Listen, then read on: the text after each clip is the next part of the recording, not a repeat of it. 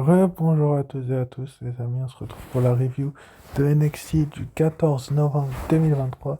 Et donc, pour débuter la soirée, donc, on a eu le NXT Tag Team Championship Match. Donc, Channing Lorenzo et Tony D'Angelo se donnent en NXT contre Chase University, donc André Chase et Duke Hudson. Donc, bon premier match pour ouvrir cette NXT que j'ai trouvé plutôt bon, on va pas se mentir. Il a été quand même assez bon cette NXT. Donc la WWE a fait parfaitement la chose qu'elle devait faire. Donc est-ce que ils auraient dû la faire dans ce sens-là? J'en suis pas certain que la WWE soit une bonne chose par rapport au fait que la WWE soit une des meilleures choses. Enfin, on a eu deux des meilleures équipes de la NXT qui se sont retrouvées face à face dans un banger. J'ai trouvé le match quand même assez bon. Très très bon même, meilleur que celui de Raw. Et donc finalement, Tony D'Angelo et Stax Lorenzo, donc Stunning Lorenzo, ont récupéré les titres de champion NXT par équipe masculin. Donc est-ce que la WWE sait ce qu'elle a à faire avec cette équipe-là? Je pense que oui, on va bien voir ce qui se passera par la suite. La semaine prochaine, on aura une célébration. Suite après, donc, on a eu le Super Nova Session de Noam Dar avec en invité donc Alpha Academy. Donc, est-ce que l'Alpha Academy sera une des meilleures équipes actuellement à la WWE? Je pense que oui. Alpha Academy est assez souvent utilisée du côté de Raw et du côté des NXT, donc c'est quand même une bonne chose de la part de la WWE de les faire utiliser autant que ça. Mais bon, je trouve quand même que le rose va parfaitement à Madame Maxine Dubry. Donc c'était quand même c'était du rose violet, mais bon, c'est les couleurs du talk show de Noir Dark, donc c'était quand même assez intéressant. Donc finalement, Chad Gable va foutre un coup de poule à Noam Dark qui va tomber sur le canapé. C'était quand même assez drôle et c'était que des points positifs. Donc on enchaîne ensuite donc avec le premier Iron Survivor Challenge Match qualification de la soirée. Donc Roxane Perez, je crois que c'est la gagnante de l'année dernière, si je dis pas de bêtises, face à Lash Legend, la membre de Noam Dar. Est-ce que Lash Legend avait ce qu'il faut pour remporter la victoire et donc ne pas démériter de la sorte? Ça, j'en sais rien du tout. La seule chose qui est certaine, c'est que Lash Legend et Roxane Perez sont parmi les meilleures lutteuses actuellement à la WWE. Et donc, Roxane Perez est une catcheuse qui doit être respectée, bien évidemment. Donc, est-ce que Roxane Perez est respectée? Je pense que oui.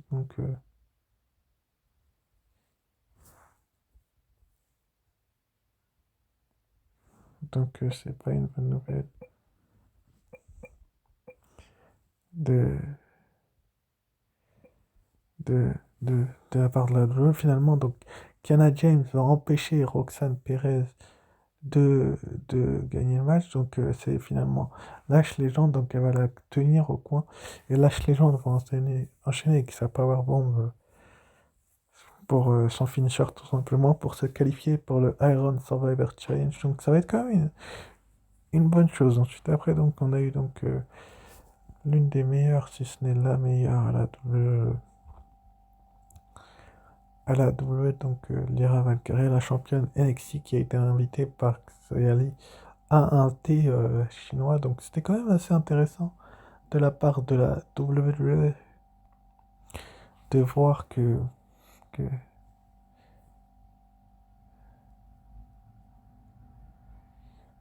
qu'ils mettent en avant Lyra Valkyria du côté de la WWE, mais bon, la 2 c'est très bien ce qu'elle fait, et donc ce segment avec cette cérémonie de thé était quand même assez intéressante, et c'est une bonne chose de voir que la WWE soit une bonne chose, enfin bref. Donc ensuite après, donc on a eu un serrage de main entre Trick Williams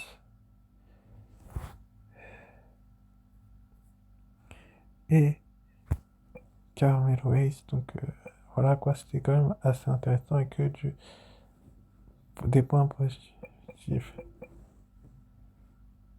Que des points positifs. Donc ensuite après on a eu le match donc de qualification là aussi pour le Iron Survivor Challenge.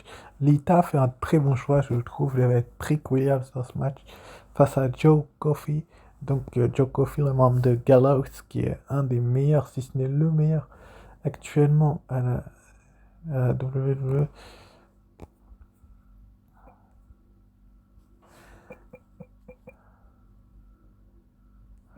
À la WWE, donc c'est quand même une bonne chose de voir deux des meilleurs catcheurs de la NXT, donc et Trick Williams et Joe Coffey sur, sur le devant de la scène.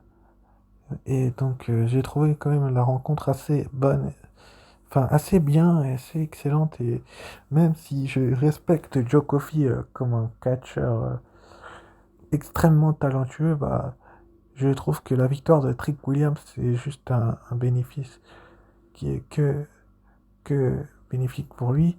Bon, on sait très bien qu'il a attaqué, enfin je pense savoir qu'il a attaqué du côté de la NXT, mais ça c'est une autre histoire, donc est-ce qu'il sera dans le match ou pas, est-ce qu'il va le rattaquer, on n'en sait rien, mais ce qui est sûr c'est que Trick Williams sera à Deadline, et ça c'est une extrêmement bonne nouvelle. Enfin bref, juste après donc on a eu les Brawling Brutes, donc c'est forcément un point positif pour Trick Williams. Enfin bref, on a eu Brawling Brutes contre OTM, donc OTM c'est le clan de Scripps, donc est-ce que Scripps avait parfaitement préparé son clan face à une équipe de SmackDown, la personne des Brawling Brutes, donc est-ce que les Brawling Brutes sont sur les devants de la scène et sur la bonne voie? Ça, c'est sûr qu'ils sont sur la bonne voie parce que je pense pas qu'ils qu'ils soient sur une voie qui est mauvaise. Donc, la meilleure chose qu'il y a actuellement à la WWE, c'est de voir que la WWE est fait en sorte que c'est une des meilleures vidéos, enfin, une des meilleures rencontres par équipe que j'ai rarement vues. Dont les matchs en eux-mêmes étaient quand même assez bons du côté d'NXT, contrairement à ceux de Raw. Donc je trouvais ça cool de voir ça. Donc finalement, les Brawling Brutes vont battre ETM avec leur finisher. Donc c'est quand même une bonne chose qu'ils les battent parce que ça prouve que les Brawling Brutes sont pas une équipe éclatée au sol comme certaines équipes de football. Je fais une référence au football, oui, certes, je devrais pas. Bon, certaines équipes de catch aussi sont éclatées, mais bon, je fais référence au football parce qu'il y en a une qui me déçoit, mais je dirais pas le nom. Enfin bref, ce qui est certain, c'est qu'on a eu ensuite Gigi Lane contre Ariana Grace. Donc il y a eu une petite tension en coulisses entre les deux jeunes femmes, donc on va bien voir ce qui va se passer dans les prochaines semaines entre ces deux-là. Est-ce que Ariana Grace a ce qu'il faut pour inquiéter, je vais y arriver, je vais dire enquêter, ok, on en enquête, y a pas de problème, mais non, excusez-moi. Donc, Ariana Grande, est-ce qu'il faut pour inquiéter Gigi Dolin? Je pense pas, mais elle s'est quand même bien débrouillée, Ariana Grace, et elle a été peut-être choisie à contre-profit, ou à profit, ça j'en sais rien. Ce qui est certain, c'est que la Dolos sait très bien ce qu'elle fait avec Ariana Grace et Gigi Dolin. Donc Gigi Dolin qui pour moi devrait participer à Iron Survivor Challenge. Si y en a une que je devrais mettre dedans, c'est bien elle, hein. Elle a tout ce qu'il faut pour faire partie avec Jessie Jane. Mais j'ai l'impression qu'elles n'ont pas été sélectionnées. Bon, peut-être dans 2 semaines, hein, un match entre les deux, enfin on verra bien.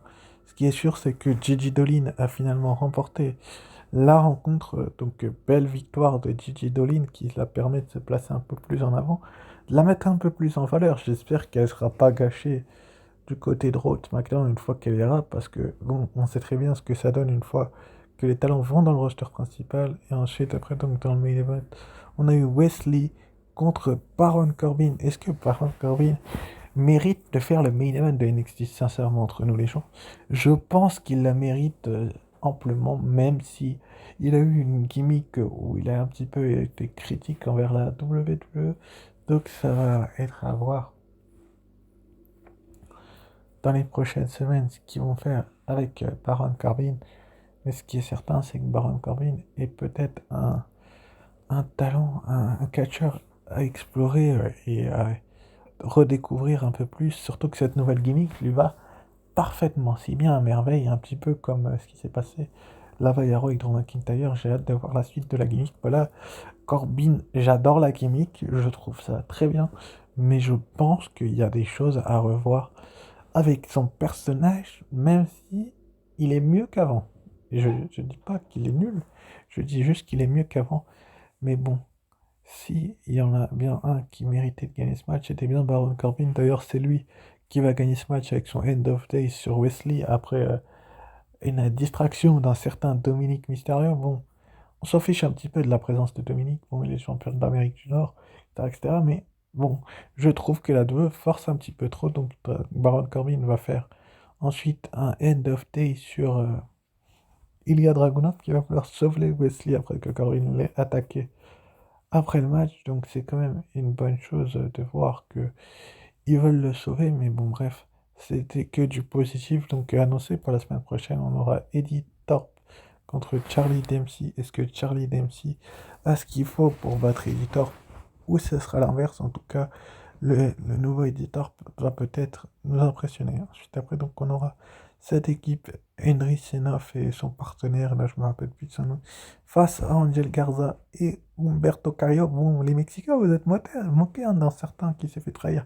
Haha, très drôle. Enfin bref, on aura le match également pour l'Heritage Cup entre Noam Dar et Chad Gable. Un match assez plaisant et intéressant à venir. Donc, on va bien voir dans les prochaines semaines ce qui va se passer et s'il a deux à ce qu'il faut. Et donc, on aura également dans le main event, donc le NXT Women's Championship match entre Lyra Valkyria et Xia Li. Donc, Xia Li affronte deux Irlandaises en une semaine.